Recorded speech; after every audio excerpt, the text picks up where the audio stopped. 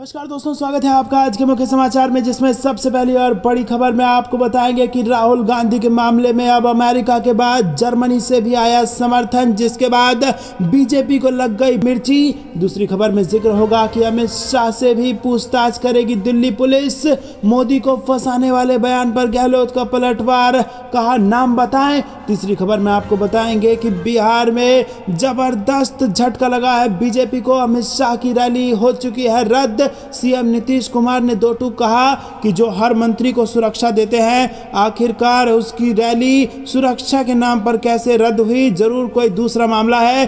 क्या फ्लॉप हो जाती अमित शाह की रैली? यह है बड़ा सवाल। चौथी खबर में जिक्र होगा कि पटियाला जेल से बाहर आए नवजोत सिंह सिद्धू, राहुल गांधी को बताया क्रांति, कहा हिल जाएगी सरकार। और पांचवी खबर में जिक्र होगा मध्य प्रदेश का, जहां पर बीजेपी को लगा बड़ा झटका। बीजेपी के बड़े नेता पूर्व सांसद ने थाम लिया है कांग्रेस का हाथ। दोस्तों, हर एक खबर की गहराई में आपको ले जाएंगे, लेकिन उससे पहले अगर आपको भी ऐसा लगता है कि देश में लोकतंत्र खतरे में है और 2024 में बदलेगी सरकार, तो वीडियो को लाइक कीजिए और कमेंट में लिखिए जय हिंद। दोस्तों, रुक करते हैं सबसे पहली और बड़ी खबर की तरफ, जिसमें आपको बता दें कि राहुल गांधी का मामला अब इंटरनेशनल हो चला है और अमेरिका के बाद जर्मनी ने भी राहुल गांधी के समर्थन में बयान दे दिया है, जिससे बीजेपी को मिर्ची लग गई है। जी हाँ दोस्तों, आपको बता दें कि देश की लोकतंत्र की जड़ें इतनी मजबूत रही हैं कि जब कांग्रेस की पार्टी के सबसे बड़े नेता राहुल गांधी पर खतरा आया, तो इस देश के लोकतंत्र में जो लोग हैं, जो जनता है, वो सड़कों पर आ गए, अपना गुस्सा व्यक्त किया।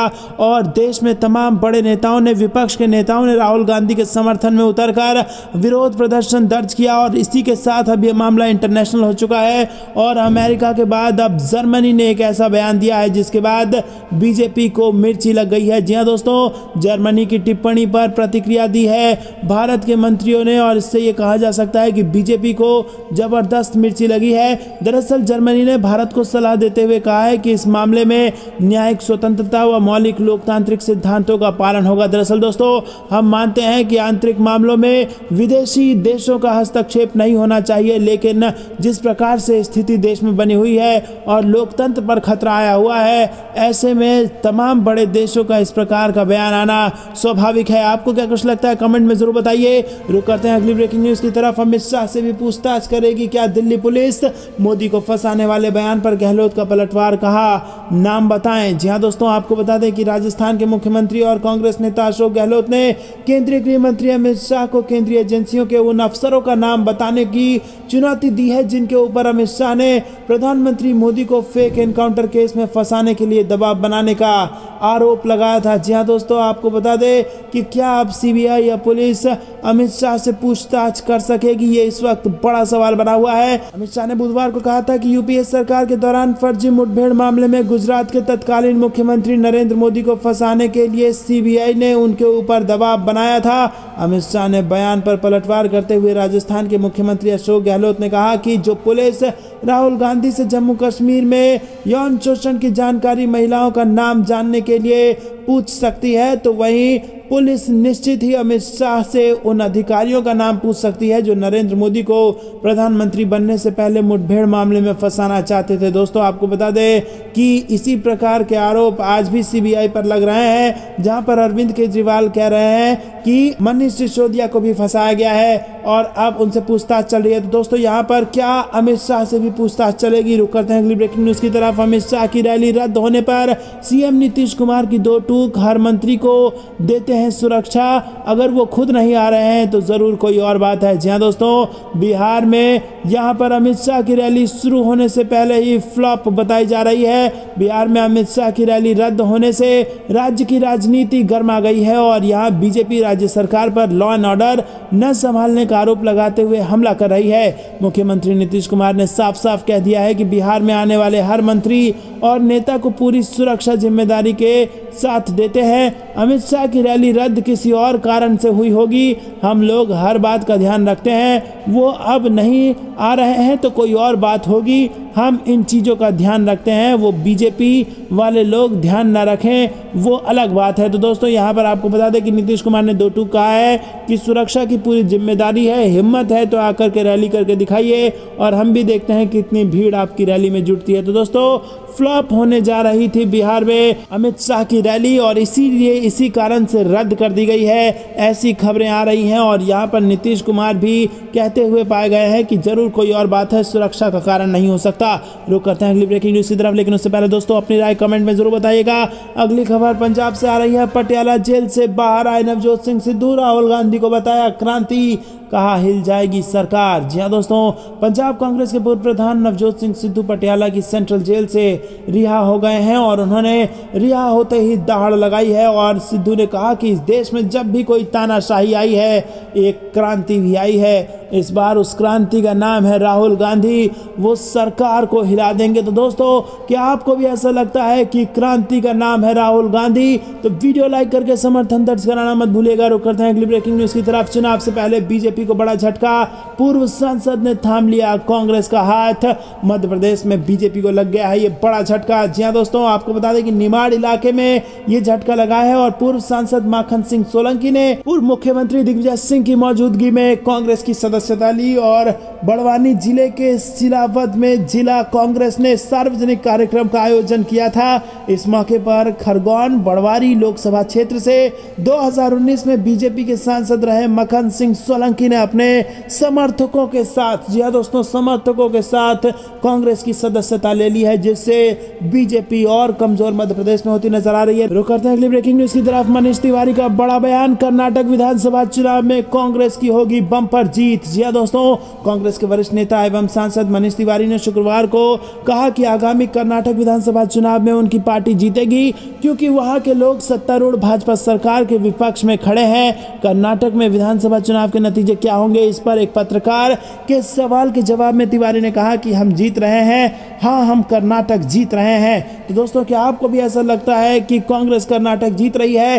कमेंट में बताना मत भूलिएगा। वीडियो अभी तक लाइक नहीं किया तो लाइक कीजिए। रुक करते हैं अगली ब्रेकिंग न्यूज की तरफ। सुप्रीम कोर्ट की फटकार से सहमी शिंदे फडणवीस सरकार, लव जिहाद विरोधी रैलियों पर पड़ेगा असर। जी हां दोस्तों, आपको बता दें कि महाराष्ट्र के लगभग सभी 36 जिलों में पिछले साल नवंबर में कम से कम 50 हिंदू जन आक्रोश मोर्चा रैलियां आयोजित की गई है, और इन रैलियों में कथित लव जिहाद को लेकर खूब भाषणबाजी हुई है।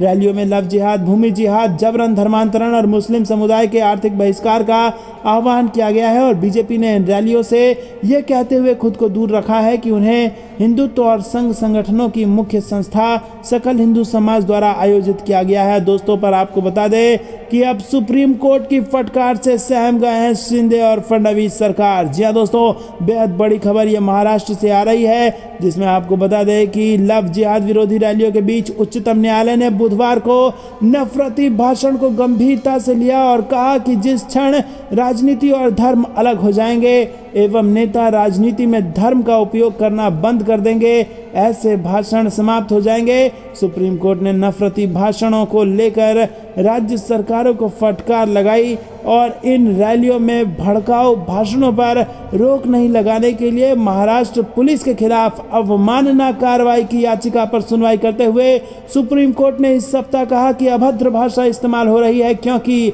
राज्य सरकारें नपुंसक हैं, राज्य शक्तिहीन है और राज्य समय पर कार्रवाई नहीं करता है। कोर्ट ने कहा कि जिस क्षण राजनीति और धर्म को अलग कर दिया जाएगा, ये सब बंद हो जाएगा। तो दोस्तों, कड़े शब्दों का इस्तेमाल माननीय उच्चतम न्यायालय ने किया है, जिसके बाद सहम गए हैं शिंदे और फडणवीस। आपको क्या कुछ लगता है, कमेंट में जरूर बताइए। रुक करते हैं अगली ब्रेकिंग न्यूज की तरफ। बंगाल गुजरात में हुई हालिया घटना, इसका ट्रेलर। सिब्बल ने बीजेपी पर लगाया सांप्रदायिक हिंसा भड़काने का आरोप। जी हां दोस्तों, आपको बता दें कि नफरत का बाजार अभी भी गर्म है। राज्यसभा सदस्य कपिल सिब्बल ने शनिवार को आरोप लगाया कि 2024 में होने वाला आम चुनाव के करीब आने के मद्देनजर बीजेपी सांप्रदायिक हिंसा भड़काने की योजना बना रही है। पश्चिम बंगाल तथा गुजरात में हुई हालिया घटनाएं इसका ट्रेलर है। पश्चिम बंगाल के हावड़ा शहर में बृहस्पतिवार को रामनवमी पर शोभा यात्रा निकाले जाने के दौरान दो समूहों के बीच हिंसक झड़प हो गई थी और इसे लेकर भाजपा और तृणमूल कांग्रेस दोनों एक दूसरे पर आरोप लगा रहे हैं। रुक करते हैं अगली ब्रेकिंग न्यूज की तरफ। के सवालों पर गांव-गांव चर्चा करवाएगी कांग्रेस। प्रदेश मुख्यालय में बनाया गया है इसको लेकर वॉर रूम। जी हां दोस्तों, यूपी की सियासत में एक के बाद एक विवाद को लेकर राजनीतिक दलों के बीच जोर आजमाइश होती रही है।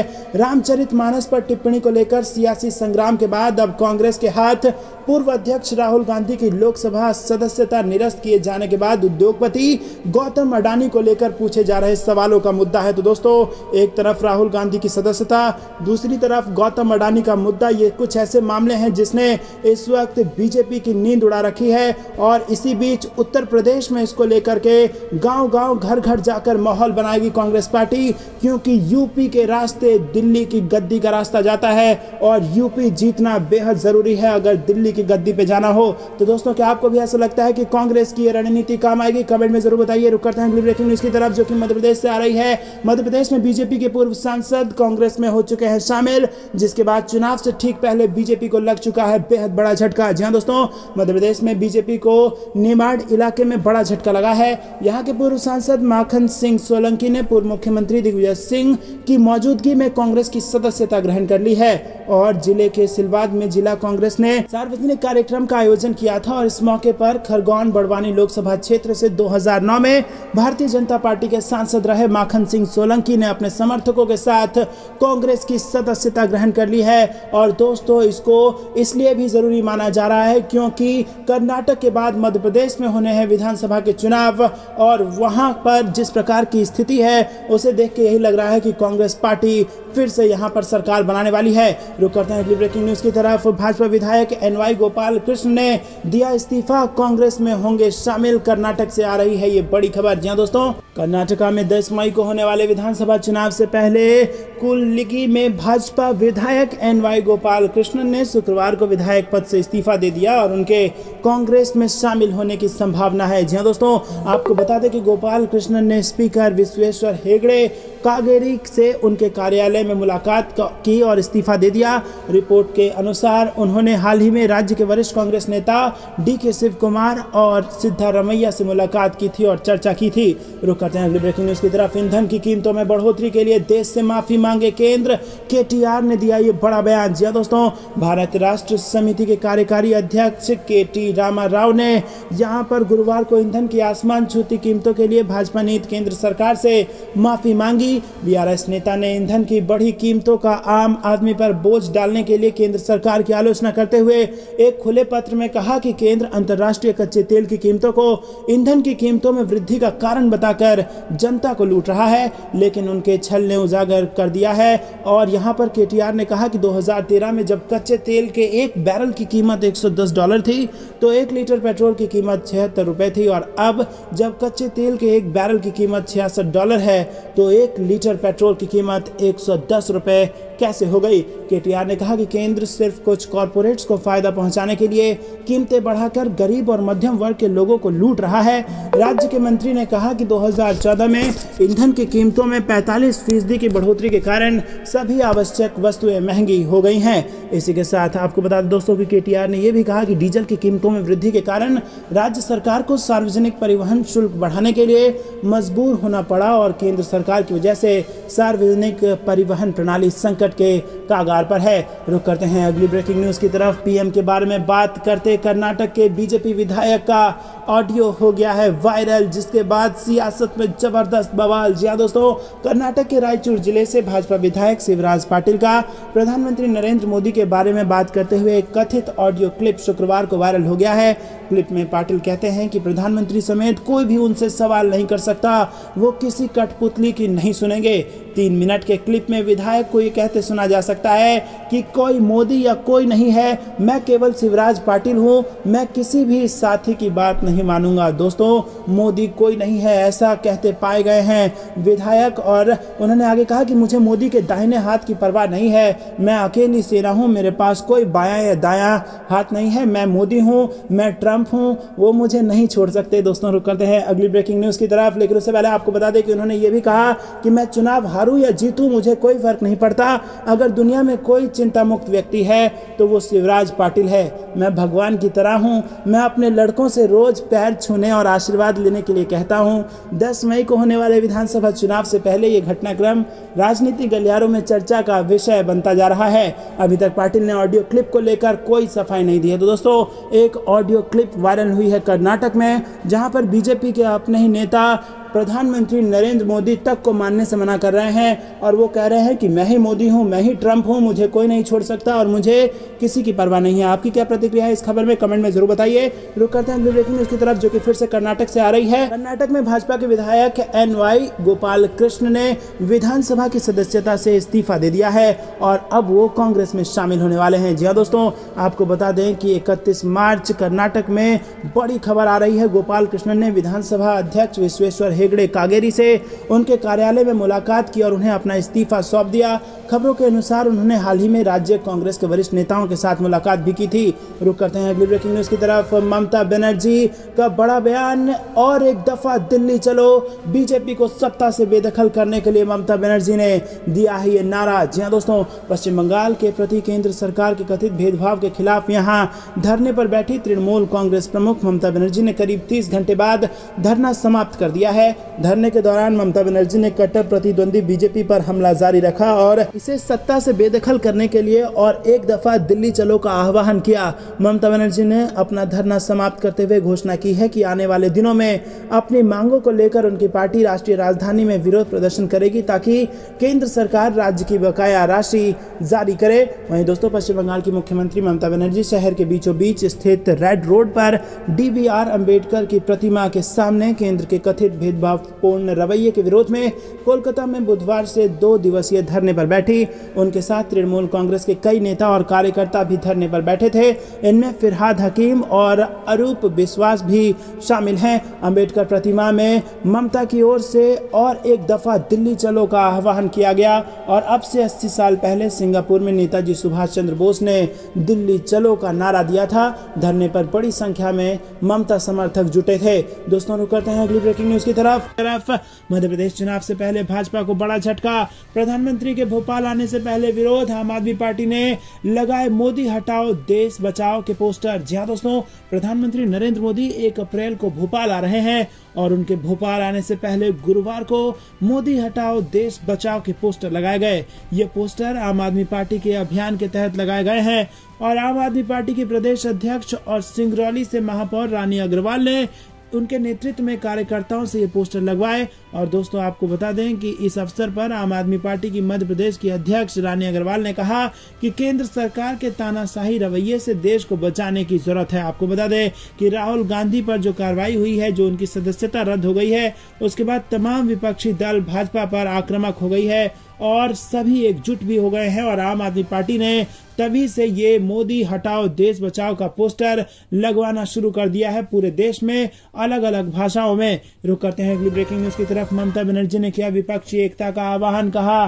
दुशासन दुर्योधन रूपी बीजेपी से देश को बचाने के लिए साथ आए सब। जी हाँ दोस्तों, इस वक्त देश को बचाने की बात हो रही है। देश को बचाने के लिए विपक्ष एकजुट हुआ पड़ा है, ऐसा वो दावा कर रहा है। जहां एक तरफ देश को बचाने के लिए मोदी हटाओ देश बचाओ के पोस्टर अरविंद केजरीवाल लगवा रहे हैं, तो वहीं दूसरी तरफ अब ममता बनर्जी ने भी अपने पत्ते खोलकर सामने रख दिए हैं और वो भी कह रही हैं कि इस दुशासन रूपी भाजपा से बचने के लिए, देश को इससे बचाने के लिए बीजेपी को हटाना होगा और इसके खिलाफ सभी विपक्षी दल को एक साथ आना होगा और एकता के साथ आगे आना होगा। आपको बता दें कि बुधवार को कोलकाता में उन्होंने सभी विपक्षी दलों के साथ ही देश के लोगों को भी आह्वान किया और कहा कि बीजेपी को हराने के लिए एकजुट हो जाना चाहिए। बीजेपी को दुर्योधन और दुशासन भी कहा और 2024 का चुनाव देश के लोगों और बीजेपी के बीच होगा, ये बड़ा दावा किया। तो दोस्तों, क्या वाकई में 2024 की जो चुनाव है वो जनता भाजपा के खिलाफ लड़ेगी? कमेंट में जरूर बताइए। रुक करते हैं अगली ब्रेकिंग न्यूज की तरफ। अमित शाह के आरोप पर खड़गे का पलटवार, कहा गृह मंत्री हमेशा गुमराह और झूठ बोलते हैं। जी हाँ दोस्तों, आपको बता दें कि कांग्रेस अध्यक्ष मल्लिकार्जुन खड़गे ने गृह मंत्री अमित शाह पर पलटवार करते हुए कहा कि वो हमेशा झूठ बोलते हैं और गुमराह करते हैं। राहुल गांधी पर बहुत तेजी से कार्रवाई की गई।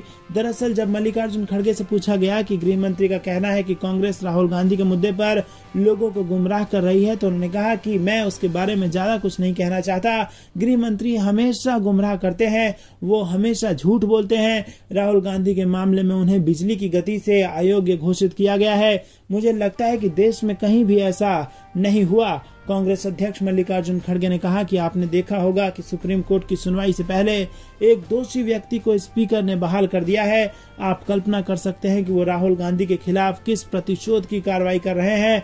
हम इसका सामना करेंगे और हमारी कानूनी टीम काम कर रही है। वहीं दोस्तों, केंद्रीय गृह मंत्री अमित शाह ने कांग्रेस नीति यूपीए सरकार पर गंभीर आरोप लगाया। दोस्तों